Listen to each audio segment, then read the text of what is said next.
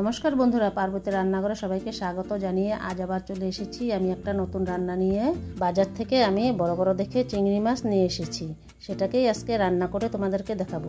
ভিডিওটা প্রথম থেকে লাস্ট অবধি দেখো। চিংড়ি মাছটাকে আমি কেটে ধুয়ে পরিষ্কার করে নুন হলুদ মেখে আমি 10 মিনিটের জন্য রেখে দিয়েছিলাম।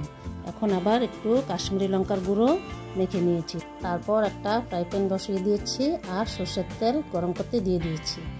তারপর আমি মাছগুলোকে এক এক করে ভাজতে দিয়ে দিয়েছি। মাছগুলোকে আমি হালকা করে ভেজে নেব। এক সাইড ভাজা হলে তারপর আমি উল্টে দেব। চিংড়ি মাছ তো বেশি ভাজার দরকার নেই, একটু লাল লাল হলেই তুলে নেব। বন্ধুরা, তোমরা যারা যারা আমার ভিডিওটাকে প্রথমবার দেখছো, তোমরা নিশ্চয়ই আমার চ্যানেলটাকে সাবস্ক্রাইব করে পাশের বেল বাটনটাকে টিপে দিও, যাতে আমার ভিডিওগুলো ছাড়ার সাথে সাথে তোমাদের কাছে পৌঁছে যায়। আর বন্ধুদের মধ্যে শেয়ার করে দিও। মাছগুলো আমার মোটামুটি ভাজা হয়ে গেছে, কি সুন্দর লাল লাল হয়ে গেছে। তোমরা চিংড়ি মাছ বেশি ভাজবে না, কারণ বেশি ভাজলে চিংড়ি মাছ রাবারের মতো হয়ে যায়, শক্ত হয়ে যায়। তাই হালকা ফুলকা ভাজলেই হয়ে যায়। আমি এখন সব মাছগুলোকে নামিয়ে নেব। সেই তেলের মধ্যেই এখন আমি দিয়ে দেব এলাচ, দারচিনি আর তেজপাতা। ফোড়নটা লাল লাল হওয়ার পর এখন আমি দিয়ে দিচ্ছি পেঁয়াজ কুচিটাকে একটু নেড়ে চেড়ে মিশিয়ে দিচ্ছি।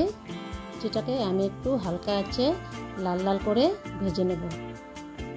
তারপর দিয়ে দেব নুন দিয়ে আবারও একটু মিশিয়ে নেব, যাতে পেঁয়াজটা সিদ্ধ হয়ে যায়।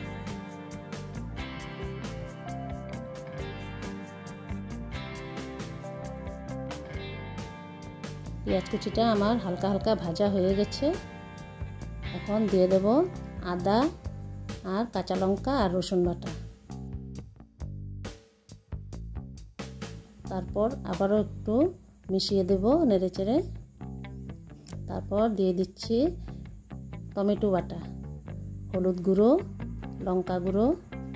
এখানে আমি 2 রকমের লঙ্কা গুঁড়ো দিয়েছি, একটু লাল লঙ্কা গুঁড়ো আর একটু কাশ্মীরি লঙ্কার গুঁড়ো দিয়ে আবারও নেড়ে চেড়ে মিশিয়ে দিচ্ছি। এখন একটু ঢাকা দিয়ে দিয়েছি, যাতে সব কিছু একসাথে ভালো মতো মিশে যায়। তারপর আমি এখানে বেরেস্তা বানিয়ে নিয়েছি। পেঁয়াজ কুচিটাকে লাল লাল করে ভেজে রেখেছি, এটাকে আমি এখন পেস্ট করে নেব। এখন আমি ঢাকনা তুলে দেখে নেব মশলাটা কতটুকু কষানো হয়েছে। তারপর আমি দিয়ে দিচ্ছি কাজু বাদাম আর 4 মগজ বাটা আর একটু বাটি ধোয়া জল। তারপর আবার সব কিছু একসাথে মিশিয়ে দেব।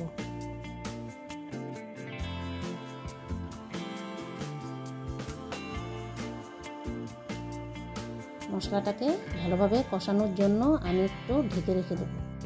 3-4 মিনিট ঢেকে রাখার পর আমি ঢাকাটা তুলে নেব। মশলাটা আমার এখন ভালো মতো কষে গেছে, সুন্দর মশলাটা থেকে একটা তেল ছেড়ে দিয়েছে। এখন আর ঢাকার প্রয়োজন নেই। এখন আমি একটু জল দিয়ে দেব। আমি এখানে বেশি জল দেব না, অল্পই দেব, কারণ মাখা মাখা করব আমি। জলটা দেওয়ার পর আমি একটু অপেক্ষা করব যাতে ঝোলটা ফুটে ওঠে। আস্তে আস্তে ঝোলটা আমার ফুটে উঠেছে। এখন আমি বেরেস্তা বাটাটাকে দিয়ে দেব আর ঝোলটার মধ্যে সম্পূর্ণভাবে মিশিয়ে দেব। আমাদের ঝোলটা এখন ফুটে উঠেছে আর ঘন ঘন হয়ে গেছে। তারপর আমি মাছগুলোকে ঝোলের মধ্যে দিয়ে দেব। সবগুলো মাছকে আমি এখন ঝোলের মধ্যে ডুবিয়ে দিচ্ছি। মাছগুলো এখন একটু সিদ্ধ হবে। মাছগুলো তাড়াতাড়ি সিদ্ধ হওয়ার জন্য আমি 2 মিনিটের মতো ঢাকা দিয়ে রাখবো। এখন আমি ঢাকা তুলে নিচ্ছি। দেখো আমার মাছটা কি সুন্দর হয়ে গেছে, তেলটাও ছেড়ে দিয়েছে। এখন আমি আর এখানে আর কিছু দেব না, গরম মশলাও দেব না, ধনেপাতাও দেব না, কারণ চিংড়ি মাছের একটা নিজস্ব ফ্লেভার আছে। তাই এখন আমার রেডি হয়ে গেছে চিংড়ি মাছ ভুনা। এখন আমি নামিয়ে প্লেটের মধ্যে সার্ভ করে দিচ্ছি। লাল লাল করে চিংড়ি মাছের ভুনা। আশা করি তোমাদের ভালো লেগেছে। আর বন্ধুরা, ভালো লাগলে কমেন্টে জানিও।